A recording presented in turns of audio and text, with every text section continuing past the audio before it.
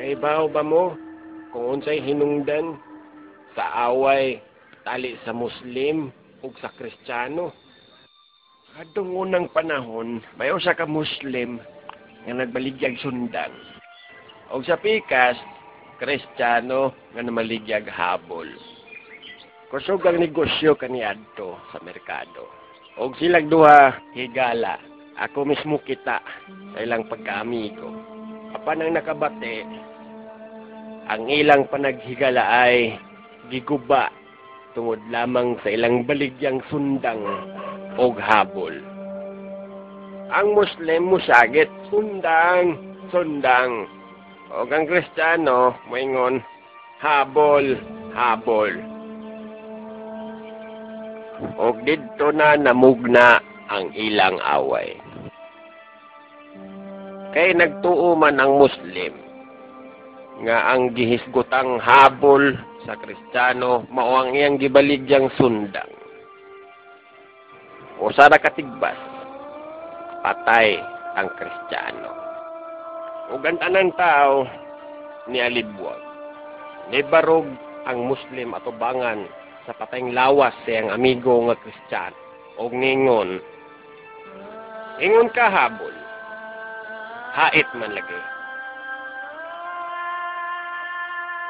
Og tungod adto, nagsugod ang patay tali sa Muslim ug Kristiyano. Mo nang ako di ko gusto nga mag-unay ang mga tribo dinhi sa Sugbo. Respeto kada tribo.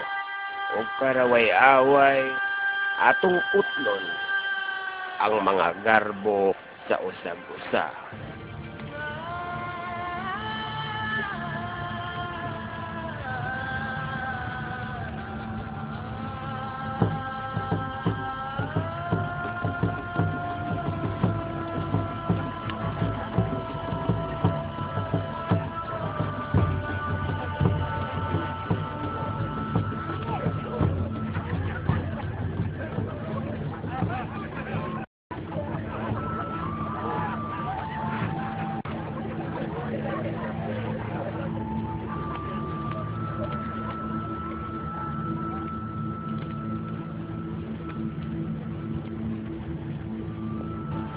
Pangga.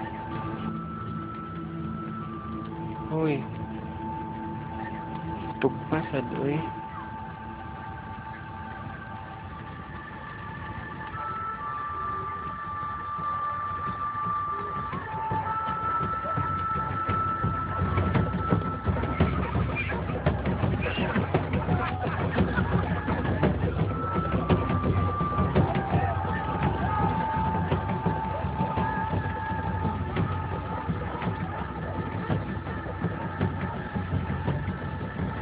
Talaga, mili ko kong helmet. Dito lagi na. Diba, wala pa ko na porga. Ay, uday, no? Sa ulo sa pista, ang sarang tribo irihe. Ang gitungahan sa pili sa ilang ispisgal na bisita kasi Commander Potol. Kaya nagsadya ang kanan sa tibuok gabi. Sila sa kuto ang ilang kasadya. Maura pa kini sa katusang kalingawag sa barangay Kinalungsan. Matagi, ang uban pang suspay ni atong sugilano. Paksu! Ang pag-iitang ilang buhay! Well, I know what you're doing. I see it all too clear. I only taste the saline when I kiss away your tears. You really had me going, wishing on a star.